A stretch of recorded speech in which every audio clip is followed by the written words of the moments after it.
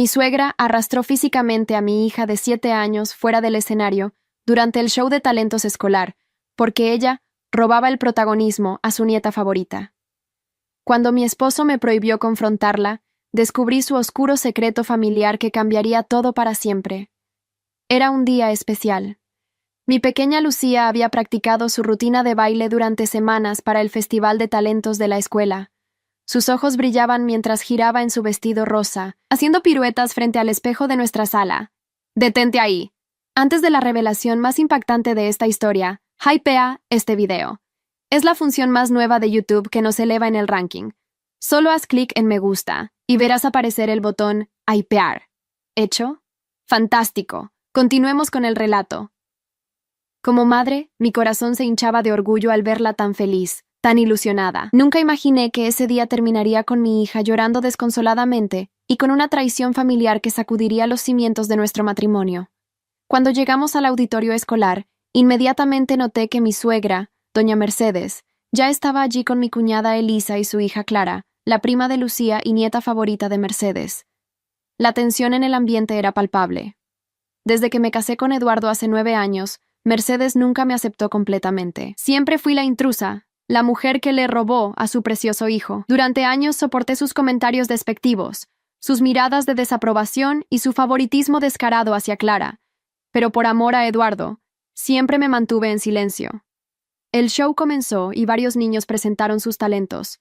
Cuando llegó el turno de Clara, quien iba a recitar un poema, Mercedes se irguió en su asiento, su rostro iluminado por una sonrisa orgullosa. Clara comenzó su presentación, pero era evidente su nerviosismo.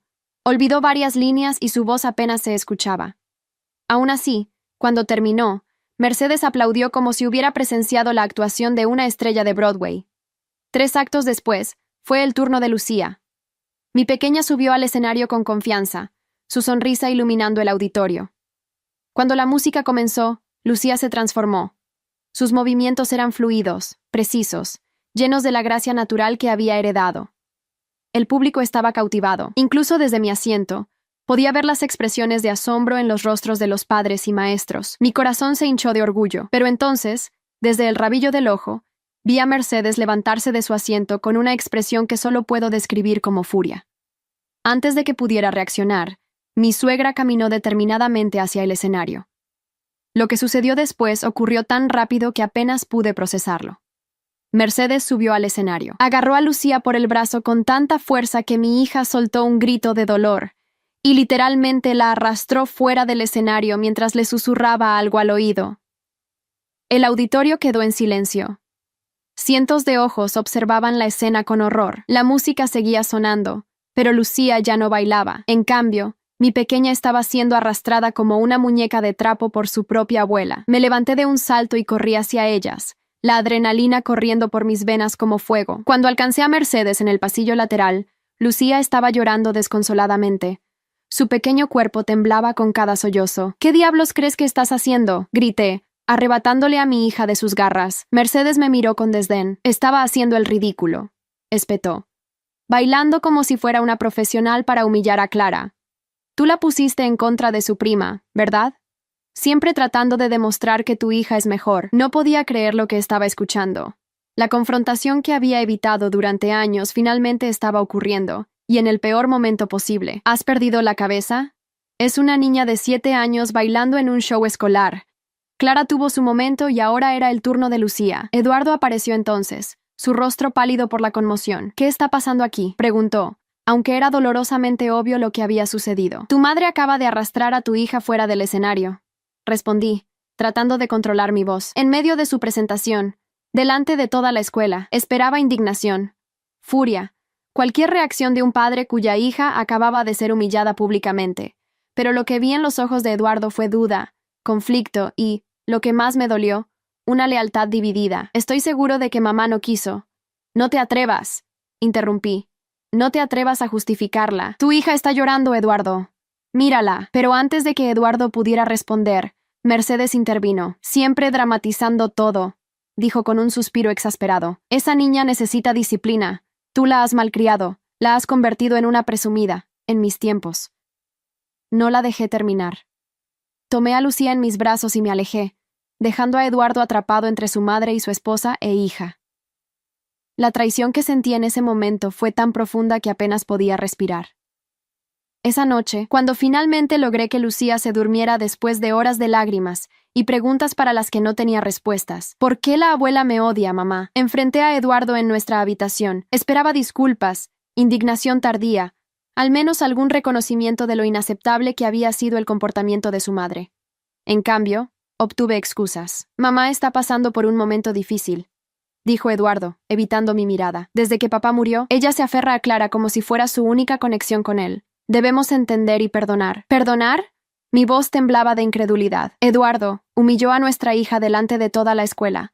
¿Tienes idea del trauma que eso puede causarle? ¿Y me pides que perdone y entienda? Es mi madre, Carla. Respondió con un tono que sugería que eso lo explicaba todo. No puedo ponerme en contra de ella.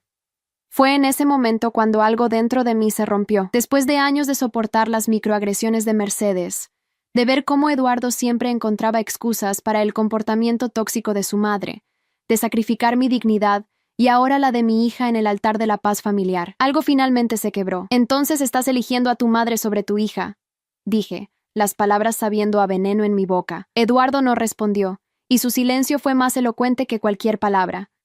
Esa noche dormí en la habitación de Lucía, abrazando a mi pequeña mientras planificaba nuestro siguiente movimiento. Porque una cosa estaba clara. Las cosas no podían seguir así. No permitiría que mi hija creciera en un ambiente donde era tratada como ciudadana de segunda clase por su propia familia tóxica. Lo que no sabía entonces era que este incidente sería solo el catalizador de una serie de descubrimientos que cambiarían nuestras vidas para siempre. Descubrimientos que revelarían secretos familiares enterrados durante décadas y que pondrían a prueba no solo mi matrimonio, sino también mi propia fortaleza como mujer y como madre. Y la venganza, cuando finalmente llegó, no fue planeada por mí, sino servida por el destino en un plato frío que nadie, especialmente Mercedes, vio venir. A la mañana siguiente, desperté decidida a proteger a Lucía.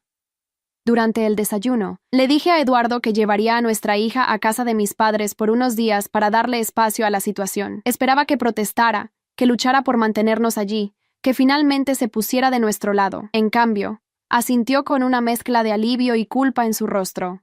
Su pasividad fue otra puñalada de traición. Quizás sea lo mejor, dijo, evitando mi mirada. Dará tiempo para que todos se calmen. Mientras empacaba nuestras cosas, Eduardo recibió una llamada de su madre. No pretendí escuchar, pero sus palabras resonaron claramente desde la cocina. Sí, mamá. No estoy enojado. Carla está un poco alterada, pero ya se le pasará. Siempre ha sido demasiado sensible. Cada palabra era como ácido corroyendo lo que quedaba de nuestro matrimonio. ¿Demasiado sensible? ¿Después de lo que había hecho a nuestra hija? Esa tarde, mientras Lucía dormía en casa de mis padres, decidí regresar sola a nuestro hogar para recoger más pertenencias. La casa estaba vacía. Eduardo había salido, probablemente a casa de su madre. Mientras buscaba el osito de peluche favorito de Lucía en su habitación, noté que la luz del despacho de Eduardo estaba encendida. No soy una persona que invada la privacidad de otros, pero algo me impulsó a entrar. Quizás buscaba encontrar alguna explicación para su lealtad ciega hacia su madre. En su escritorio había carpetas dispersas, documentos legales que normalmente no me interesarían. Estaba a punto de irme cuando un nombre en uno de los papeles captó mi atención. Finca La Esperanza. Transferencia de propiedad. La Esperanza era la propiedad familiar de los Montero, la joya de la corona del patrimonio familiar. Una hacienda colonial valorada en millones que había pertenecido al padre de Eduardo y que, según me habían dicho, pasaría a Eduardo como único hijo varón, siguiendo la tradición familiar. Con manos temblorosas, tomé el documento y comencé a leer. Lo que descubrí me dejó sin aliento. Eduardo había firmado la transferencia de La Esperanza, a nombre de su sobrina Clara, con Mercedes como albacea hasta que la niña cumpliera 18 años. La fecha de la firma era de apenas 3 semanas atrás. Mi mente trabajaba a toda velocidad tratando de procesar esta información.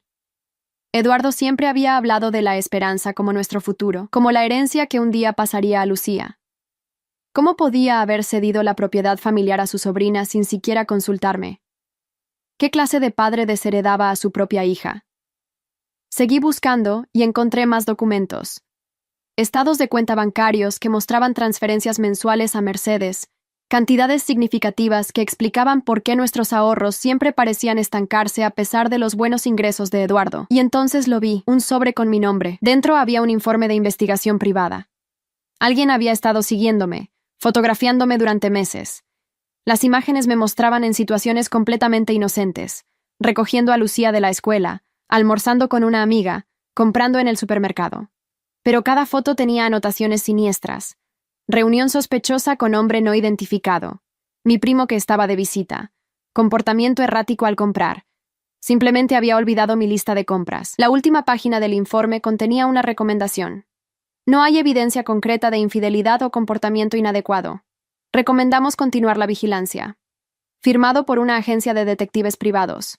Mi esposo había contratado a alguien para espiarme. La habitación comenzó a dar vueltas.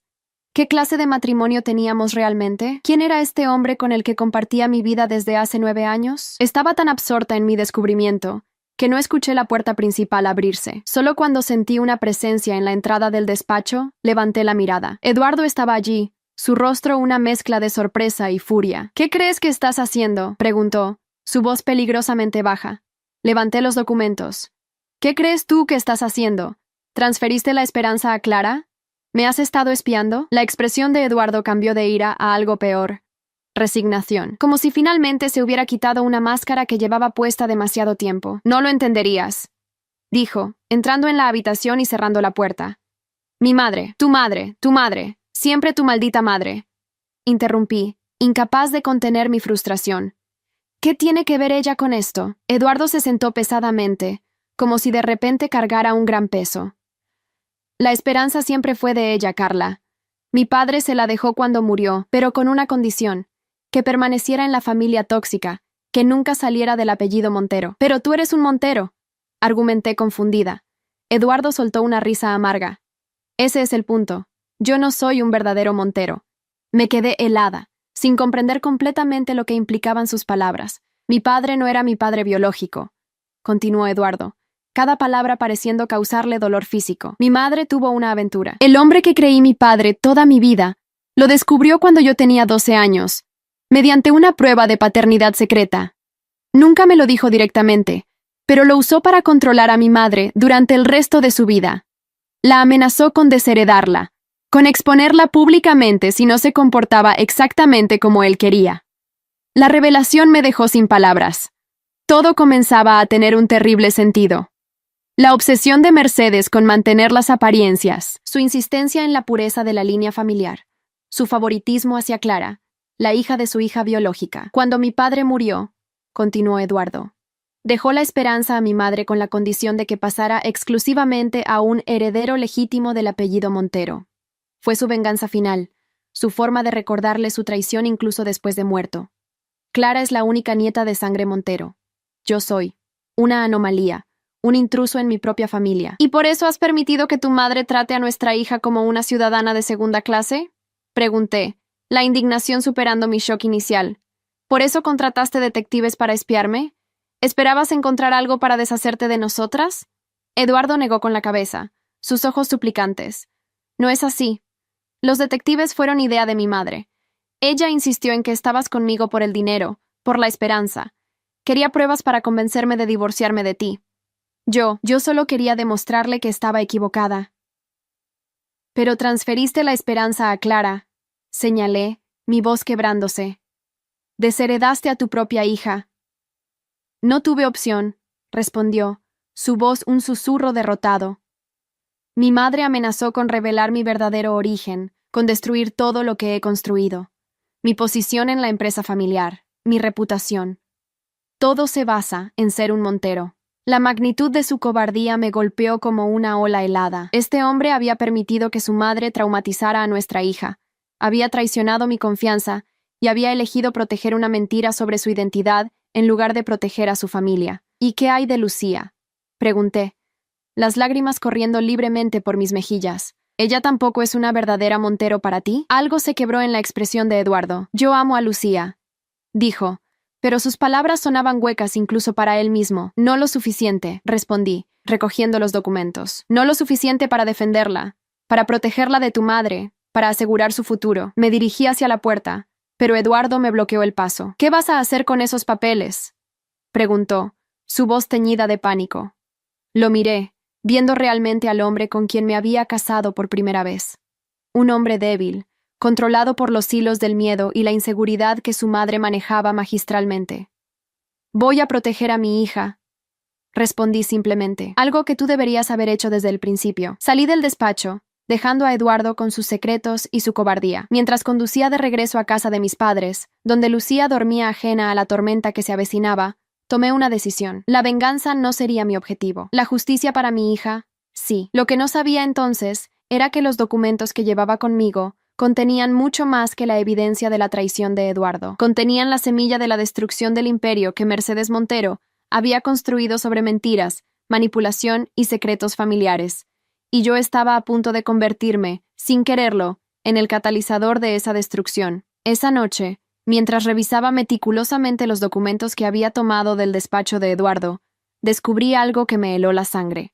La transferencia de la Esperanza a Clara no era el único movimiento financiero sospechoso. Había registros de transferencias a cuentas offshore, facturas de empresas fantasma, y lo más perturbador, evidencia de evasión fiscal sistemática. El Imperio Montero, respetado y admirado en toda la región, parecía sostenerse sobre una base de corrupción financiera. Y Mercedes, la matriarca implacable, estaba en el centro de toda la operación. Con manos temblorosas, llamé a mi hermano Javier, abogado especializado en derecho corporativo. Sin entrar en detalles, le pedí que me recomendara al mejor abogado de derecho familiar que conociera. Necesitaba entender mis opciones, proteger a Lucía y a mí misma de lo que se avecinaba.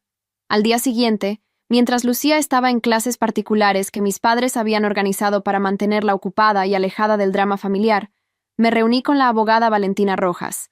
Algo en su mirada perspicaz y su actitud directa me dio confianza inmediata. Señora Montero, comenzó ella. Llámeme Carla, por favor, interrumpí. Y pronto puede que vuelva a ser Carla Jiménez. Valentina asintió comprensivamente. Cuénteme exactamente qué está pasando. Durante la siguiente hora, le relaté todo.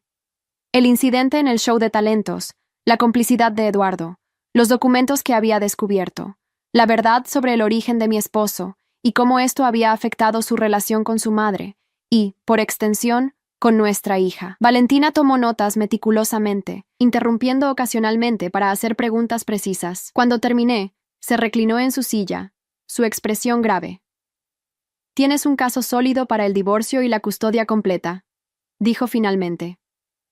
El informe del detective que Eduardo contrató para espiarte juega a tu favor, irónicamente. Demuestra que no tenía razones legítimas para sospechar de ti. Asentí, un pequeño alivio en medio de tanto caos.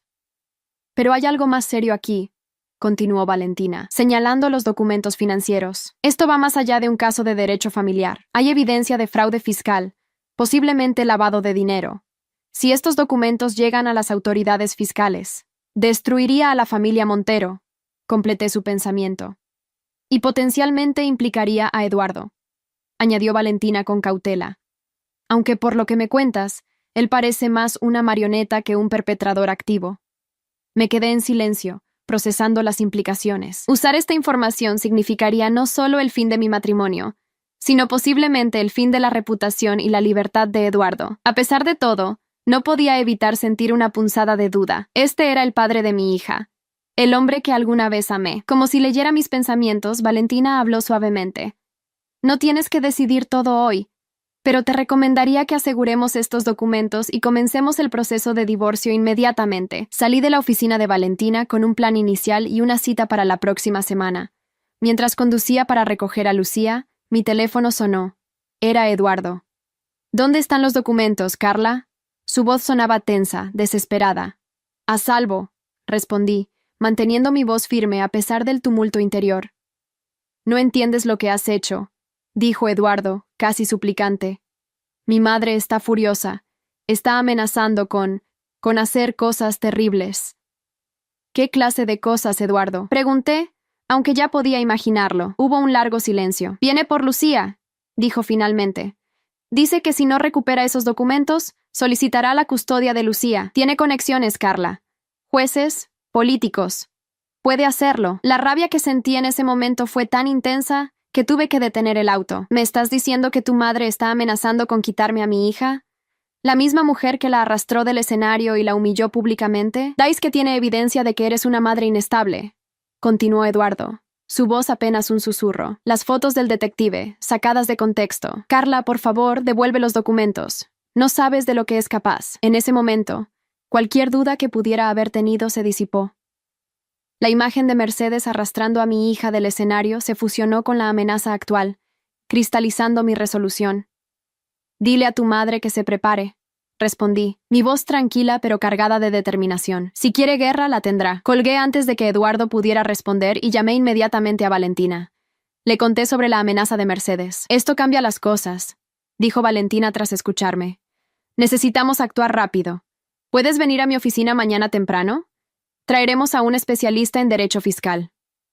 Esa noche, mientras veía a Lucía dormir, me prometí a mí misma que la protegería a toda costa. Si Mercedes Montero quería una confrontación, se enfrentaría no a la nuera sumisa que había conocido durante 9 años, sino a una madre dispuesta a todo por su hija. Lo que no esperaba era que, al día siguiente, la verdadera bomba estallaría, cambiando para siempre el equilibrio de poder en esta guerra familiar. La mañana siguiente llegó con una noticia que sacudió los cimientos de mi mundo ya tambaleante. Mientras me preparaba para mi reunión con Valentina, recibí una llamada de Elisa, la hermana de Eduardo y madre de Clara.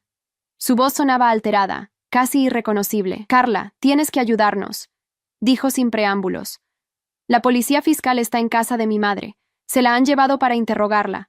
Eduardo también está allí. Me quedé helada. ¿De qué estás hablando? ¿Qué ha pasado? No lo sé con certeza, respondió Elisa, su voz quebrándose. Algo sobre irregularidades fiscales, cuentas no declaradas. Carla, están hablando de años de prisión. Mi mente trabajaba a toda velocidad.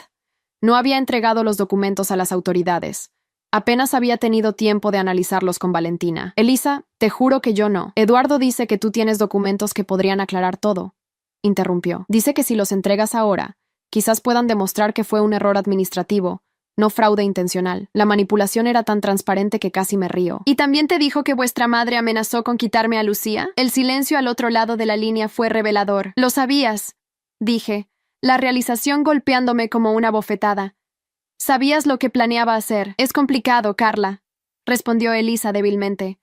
Mamá solo quiere proteger el legado familiar. ¿Arrancando a mi hija de mis brazos? ¿Eso es proteger el legado familiar? Mi voz temblaba de indignación. Tu madre arrastró a Lucía del escenario como si fuera basura, Elisa. Mi hija lloró durante horas, preguntándome por qué su abuela la odiaba. Otro silencio, esta vez más largo. Cuando Elisa habló de nuevo, su voz sonaba diferente, más pequeña. No fue idea de mamá lo del show de talentos. ¿Qué? Fue mía, confesó Elisa, las palabras saliendo como una avalancha. Clara estaba tan nerviosa por su presentación. Había estado practicando durante semanas, pero sabía que Lucía lo haría mejor. Siempre lo hace. Lucía es más talentosa, más segura. Le dije a mamá que sería humillante para Clara ser eclipsada por su prima otra vez. Fue mi idea que interviniera si Lucía comenzaba a opacar a Clara. La confesión me dejó sin palabras. Todo este tiempo había culpado exclusivamente a Mercedes, pero la traición venía de todas partes. ¿Por qué me dices esto ahora?, pregunté finalmente. Porque estoy cansada, Carla, respondió Elisa, un sollozo escapando de su garganta, cansada de las mentiras, de la manipulación. Mamá nos ha estado controlando a todos durante años con sus secretos y sus amenazas. Eduardo, yo, incluso nuestros hijos. Todos somos peones en su juego. Mi mente conectó las piezas rápidamente. ¿Fuiste tú quien denunció a tu madre ante las autoridades fiscales? El silencio de Elisa fue toda la confirmación que necesitaba. Hay más, Carla, continuó después de un momento. Cosas que Eduardo no sabe, que nadie sabe excepto mamá y yo. Cosas sobre el verdadero padre de Eduardo. Mi pulso se aceleró. Te escucho. Lo que Elisa me reveló en los siguientes 20 minutos cambió completamente mi perspectiva sobre la situación. El padre biológico de Eduardo no era un amante anónimo como él creía. Era Gustavo Rincón, el antiguo socio de negocios del padre de Mercedes, un hombre que había sido misteriosamente excluido del negocio familiar justo antes del nacimiento de Eduardo. Gustavo amenazó con reconocer a Eduardo como su hijo, explicó Elisa. Mi padre, nuestro padre oficial, Se enteró y lo obligó a firmar un acuerdo de confidencialidad a cambio de una suma considerable. Ese dinero fue el inicio de las cuentas offshore que mamá ha estado manejando desde entonces.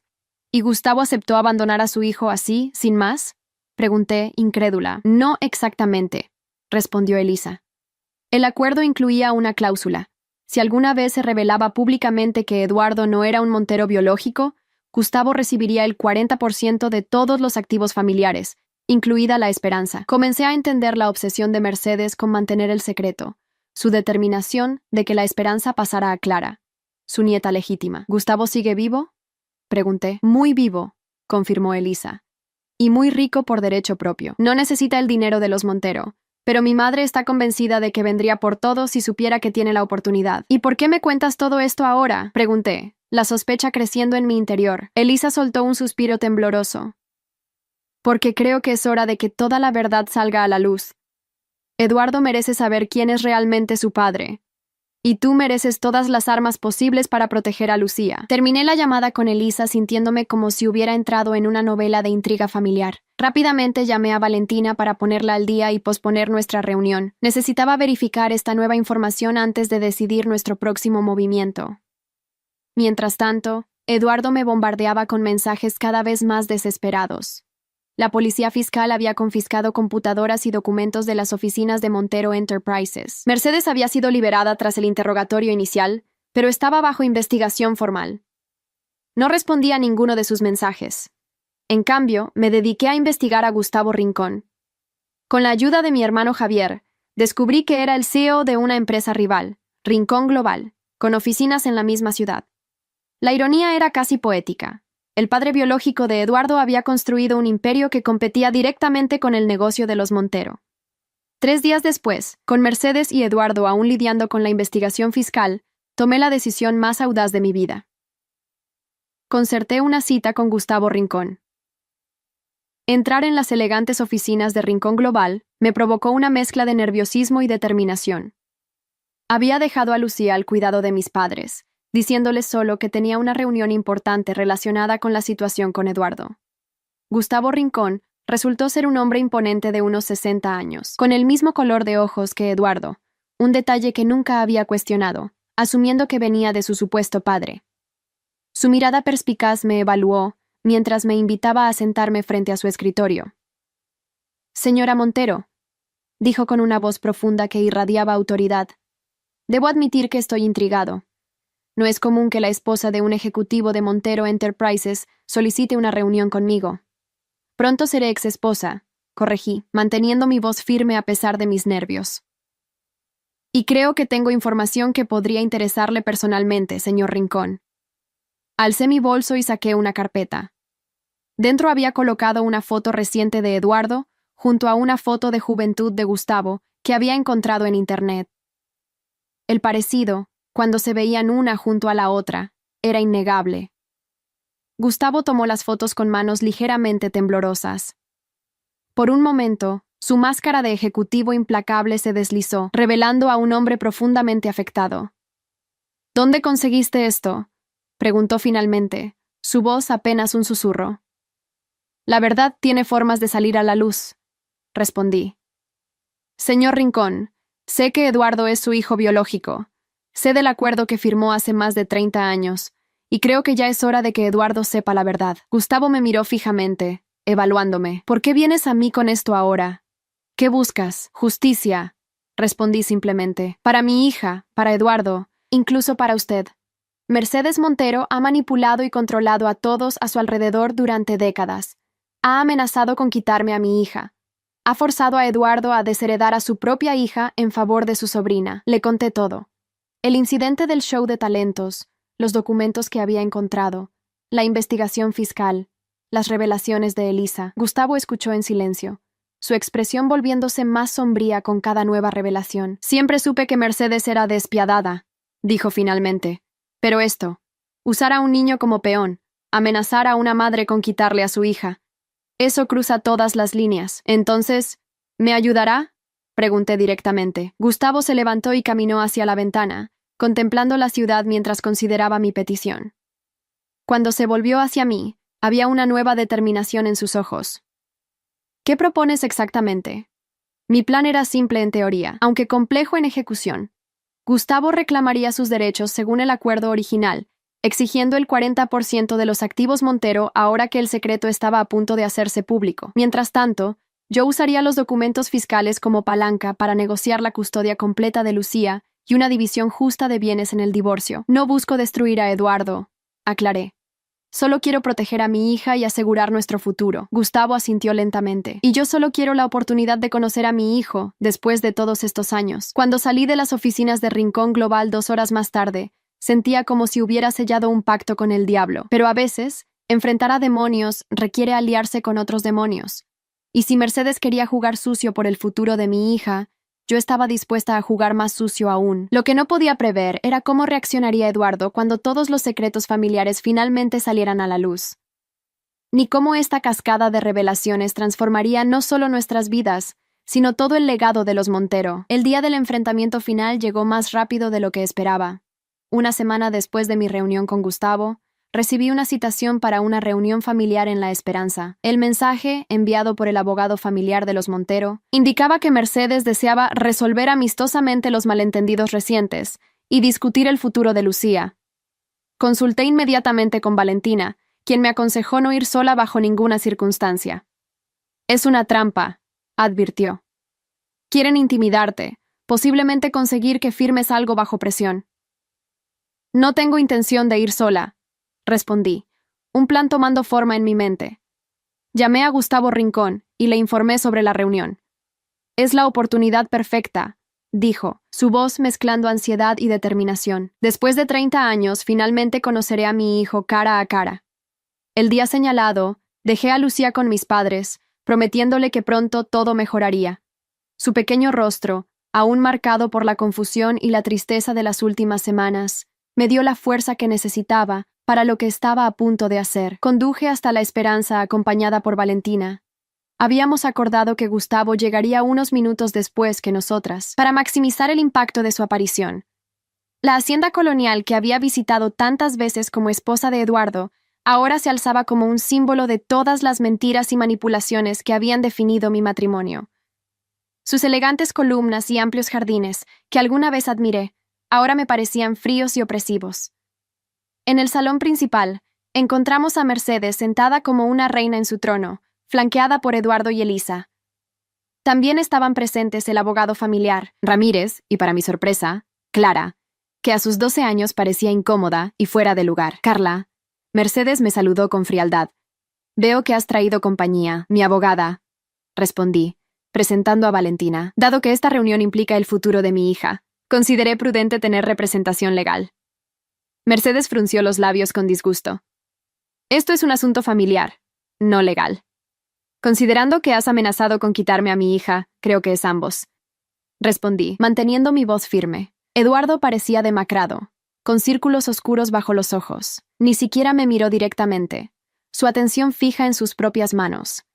Elisa, por otro lado, parecía nerviosa pero decidida, lanzándome miradas que interpretamos como una confirmación silenciosa de nuestra alianza secreta. Vayamos al grano, dijo Mercedes, haciendo un gesto al abogado Ramírez. Hemos preparado un acuerdo que creemos será beneficioso para todos. Ramírez me entregó un documento. Mientras lo hojeaba, mi indignación crecía. Era esencialmente un acuerdo de divorcio que me otorgaba una pensión mínima a cambio de la custodia compartida de Lucía, con Eduardo como tutor principal. La Esperanza y todos los activos significativos permanecerían bajo control de la familia Montero. ¿Es una broma?, pregunté, pasando el documento a Valentina. ¿Realmente esperas que entregue a mi hija después de lo que le hiciste? Bueno, fue un incidente aislado, respondió Mercedes con desdén. Estaba protegiendo a mi nieta. ¿De qué?, contraataqué. ¿De una niña de 7 años bailando en un escenario escolar? ¿Tanto te amenaza el talento de mi hija? Mercedes entrecerró los ojos. Lucía necesita estructura, disciplina, valores que claramente no estás inculcando. Eduardo está de acuerdo conmigo. Miré a mi esposo, esperando que al menos ahora, confrontado directamente, defendiera a su hija, pero Eduardo permaneció en silencio, su cobardía más evidente que nunca. Este acuerdo es inaceptable, intervino Valentina profesionalmente. Mi cliente no cederá la custodia primaria bajo ninguna circunstancia, especialmente considerando el incidente documentado de maltrato físico y emocional por parte de la señora Montero hacia la menor. Maltrato es una acusación muy seria, respondió Ramírez con voz tensa, y una que la distinguida familia Montero podría impugnar fácilmente en los tribunales. ¿Con qué pruebas?, preguntó Valentina. ¿Con las fotografías de un detective privado contratado ilegalmente para espiar a mi cliente? ¿O quizás con testimonios de los cientos de padres y maestros que presenciaron cómo la señora Montero arrastró físicamente a Lucía del escenario? La tensión en la habitación era palpable. Mercedes mantenía su fachada de calma, pero podía ver la furia creciendo en sus ojos. Permítanme ofrecer una contrapropuesta, dije, alcanzando mi propio maletín. Divorcio inmediato. Custodia completa para mí, con visitas supervisadas para Eduardo. División equitativa de los bienes adquiridos durante nuestro matrimonio. Absolutamente ridículo, espetó Mercedes. Eduardo es un Montero. Los Montero no aceptan tales términos. El momento había llegado. Como si fuera una señal, escuchamos el sonido de un coche aproximándose por el camino de entrada. Sobre eso, dije, sintiendo una extraña calma a pesar de la tormenta que estaba a punto de desatar. Hay algo que todos deberíamos discutir sobre lo que significa realmente ser un Montero. Antes de que Mercedes pudiera responder, la puerta del salón se abrió. Gustavo Rincón entró con paso decidido, su presencia llenando inmediatamente la habitación. El efecto de su aparición fue inmediato y dramático. Mercedes palideció como si hubiera visto un fantasma. Eduardo, confundido, miró al recién llegado y luego a su madre, buscando una explicación, pero fue Elisa quien reaccionó más visiblemente, poniéndose de pie con una expresión de asombro y algo parecido al alivio. «Gustavo», murmuró Mercedes, su voz apenas audible. «¿Qué haces aquí?» «Después de 30 años, Mercedes», respondió Gustavo, su voz resonando en el salón. «Creo que es hora de que conozca a mi hijo». El silencio que siguió fue ensordecedor. Eduardo parecía congelado, su mirada alternando entre Gustavo y su madre, las piezas encajando lentamente. «¿De qué está hablando?», preguntó finalmente, su voz quebrándose. «Mamá, ¿qué está pasando?». Mercedes se levantó abruptamente. «Esto es una emboscada. Ramírez, haz que este hombre se vaya inmediatamente».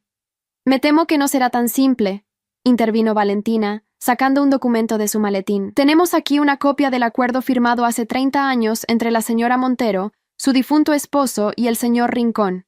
Un acuerdo que especifica claramente que si alguna vez se revelaba públicamente que Eduardo no es un Montero biológico, el señor Rincón tendría derecho al 40% de todos los activos familiares, incluida la esperanza». Eduardo se puso de pie, su rostro una máscara de conmoción y traición.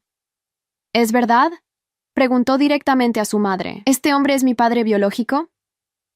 Mercedes intentó mantener su compostura, pero por primera vez desde que la conocía, vi su fachada resquebrajarse completamente. «Fue hace mucho tiempo», dijo finalmente.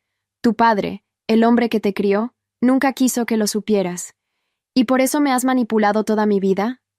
La voz de Eduardo temblaba de emoción contenida.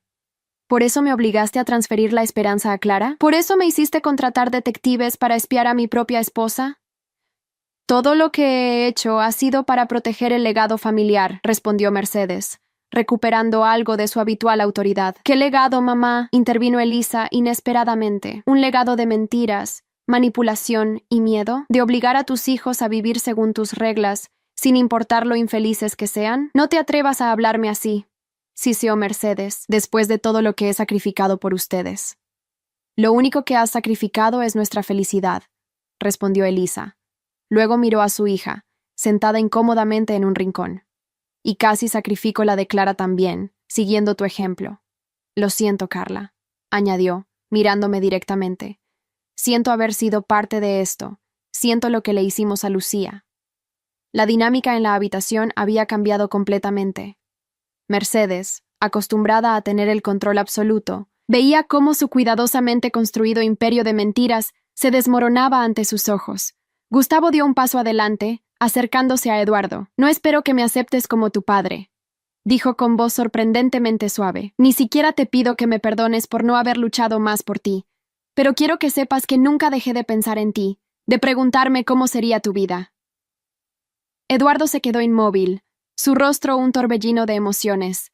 Finalmente, se volvió hacia mí. ¿Tú organizaste esto?, preguntó, pero no con acusación, sino con una especie de asombro. Lo hice por Lucía, respondí con simplicidad. Y quizás también por ti. Merecías saber la verdad, Eduardo. Todos la merecíamos. Durante las siguientes 2 horas, la reunión que Mercedes había planeado como una demostración de poder se convirtió en algo completamente diferente. Un ajuste de cuentas familiar, donde décadas de secretos, mentiras y manipulaciones salieron a la luz. Valentina presentó meticulosamente la evidencia que habíamos recopilado: los documentos fiscales dudosos, el informe del detective privado, testimonios sobre el incidente del show de talentos, todo. Eduardo, inicialmente aturdido, comenzó a ver la magnitud de la manipulación a la que había estado sometido toda su vida. ¿Cómo pude ser tan ciego?, murmuró en un momento, más para sí mismo que para los demás. Mercedes, acorralada pero aún combativa, intentó una última jugada desesperada. «Si siguen adelante con esto», amenazó, «destruirán a la familia Montero. Todo lo que hemos construido durante generaciones se perderá». «Quizás sea necesario», respondió sorprendentemente Eduardo. «Quizás necesitemos construir algo nuevo, algo basado en la verdad y no en mentiras». Al final, llegamos a un acuerdo que ninguno de los presentes hubiera imaginado posible al inicio de la reunión. Eduardo reconoció públicamente a Gustavo como su padre biológico, iniciando una relación que, aunque compleja, ofrecía una posibilidad de sanación para ambos. La esperanza, símbolo del control y manipulación de Mercedes, sería vendida, con los beneficios divididos según el acuerdo original. 40% para Gustavo, el resto distribuido equitativamente entre Eduardo y Elisa. Mercedes, enfrentando la investigación fiscal y la pérdida del control sobre su familia, aceptó retirarse a una residencia más modesta, renunciando a cualquier reclamación sobre Lucía. Nuestro divorcio procedería de manera amistosa, con custodia compartida pero primaria para mí, y un acuerdo financiero justo que aseguraría el futuro de Lucía. Cuando finalmente abandonamos la esperanza esa tarde, sentí como si un peso enorme se hubiera levantado de mis hombros. Eduardo me acompañó hasta mi coche, alejados de los demás. «Lo siento», dijo simplemente, su voz cargada de arrepentimiento. «Siento no haber sido lo suficientemente fuerte para proteger a Lucía, para protegernos a todos». «También yo lo siento», respondí. «Siento que tuvieras que descubrir la verdad de esta manera». «No», Eduardo sacudió la cabeza. «Necesitaba saberlo. Necesitaba ver realmente quién era mi madre, quién era yo, quién podría ser». Nos miramos en silencio, conscientes de que aunque nuestro matrimonio había terminado, seguiríamos conectados para siempre a través de Lucía. Y quizás, con el tiempo, podríamos construir una nueva relación basada en el respeto y la honestidad que había faltado durante tantos años. «¿Crees que Lucía podrá perdonarme algún día?», preguntó Eduardo, la vulnerabilidad desnuda en su voz. «Los niños tienen una capacidad asombrosa para perdonar», respondí, «especialmente cuando ven que sus padres están tratando sinceramente de cambiar». 6 meses después, la vida había cambiado drásticamente para todos nosotros. La esperanza había sido vendida a una fundación que planeaba convertirla en un centro cultural, un destino mucho más noble que ser el símbolo de una dinastía construida sobre mentiras. Mercedes, enfrentando las consecuencias legales de las irregularidades fiscales, había aceptado un acuerdo que incluía una multa sustancial y arresto domiciliario. Su imperio se había desmoronado, pero sorprendentemente, esto parecía haberla liberado de alguna manera. En nuestros escasos encuentros, vi destellos de una mujer diferente, menos rígida, más reflexiva.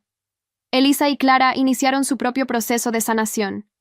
Clara, liberada de la presión de ser la heredera perfecta, floreció de maneras inesperadas, descubriendo sus propios talentos e intereses. Ella y Lucía, lentamente, comenzaron a construir una relación genuina de primas, sin la sombra de la competencia y el favoritismo que Mercedes había fomentado. Eduardo y Gustavo avanzaban cautelosamente en su relación padre-hijo. Era complicado, lleno de emociones contradictorias, pero también hermoso en su autenticidad. Lo más importante para mí era ver cómo Eduardo se transformaba como padre. Sin la influencia tóxica de Mercedes, se permitió conectar verdaderamente con Lucía, descubriendo el gozo simple de ser el padre que ella necesitaba, no el que su madre esperaba que fuera.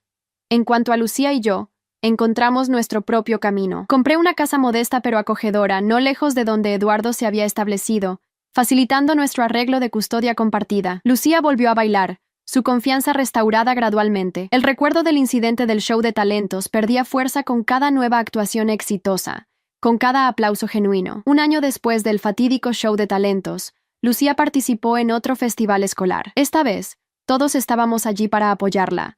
Yo en primera fila, Eduardo a mi lado, incluso Elisa y Clara entre el público. Cuando Lucía terminó su rutina, perfecta en su imperfección infantil, la ovación fue estruendosa.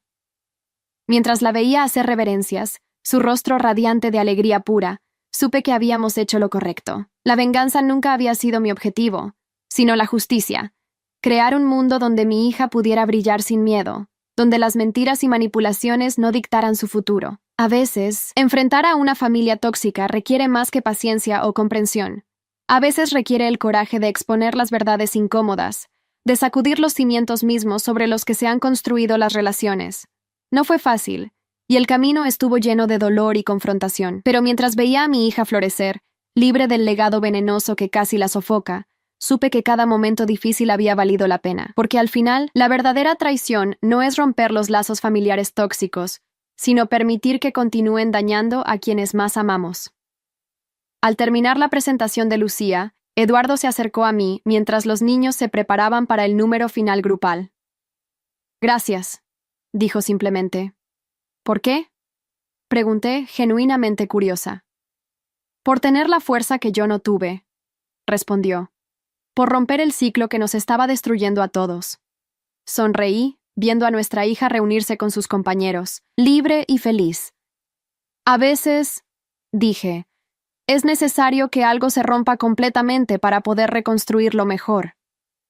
Y mientras el escenario se llenaba de niños cantando, pensé en lo lejos que habíamos llegado desde aquel día en que Mercedes arrastró a Lucía del escenario. Las heridas aún estaban ahí, algunas todavía en proceso de cicatrización, pero ahora había luz donde antes solo había sombras, verdad donde antes reinaba el engaño, y esa, quizás, era la mayor victoria de todas. Hay historias que no son solo historias, son espejos de la vida. Si esta te conmovió, ayúdanos a seguir contando otras que también merecen ser escuchadas. Dale hype a este video para que más personas puedan verlo.